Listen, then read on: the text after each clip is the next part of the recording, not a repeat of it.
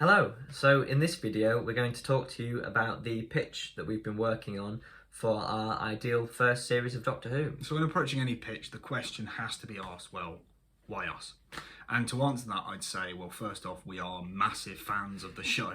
And when I say that, I don't just mean the 2005 reboot to the present day, but all the way back to the classic series, 1963 to its current incarnation. We feel like we understand the rich history of the show and throughout it what's made successful Doctor Who, and that's something that we want to try and capture within the unique sorts of stories that we want to tell.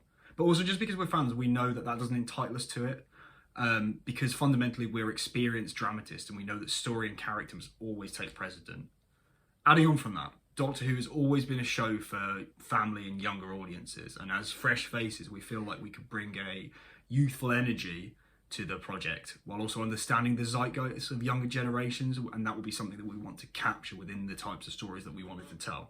So crucial to these stories that we want to tell is diversity and inclusivity. We want to make a Doctor Who where everyone feels welcome, and we hope that we'll be able to do that by working with as many different voices from as many different backgrounds as we possibly can. Just because our version of the show includes a male Doctor doesn't mean we'll be closing the door on who the Doctor can be. We love the idea that the Doctor or their companion can be anyone, no matter who you are. And so, narratively, what we think makes our version of the show quite unique is the themes and ideas that we want to explore.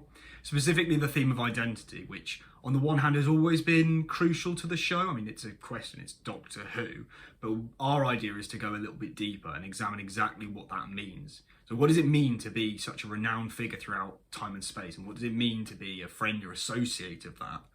And we're hoping that by asking these questions, we can start conversations on mental health. So examine the pressure that's produced while dealing with such a important legacy, while also balancing that with your own personal struggles. And all of that, we hope, will form a kind of meta-narrative where we examine what it means for fans to be taking over and creating their own version of such an iconic historical institution. So what makes our Doctor distinct from previous incarnations is that he'll struggle with imposter syndrome. He'll feel insecure, not quite sure that he can live up to the incarnations that came before him, which will lead to him sort of over and undercompensating in certain situations as he views himself as a disposable incarnation. But at the same time, he'll also be fundamentally empathetic in listening to and helping those in crisis.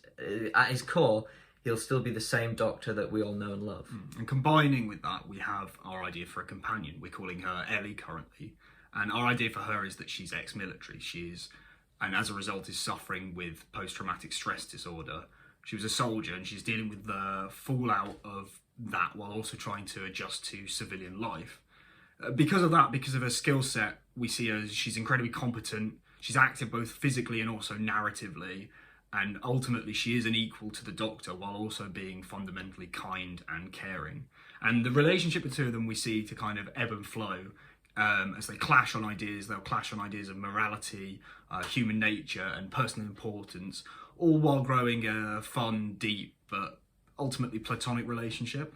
So the series overall, the episodes will follow on from one another. They'll be consecutive, although they will also be dealing with different stories. They'll be set in the past, the present, the future. You'll see a bit of Earth, a bit of Alien.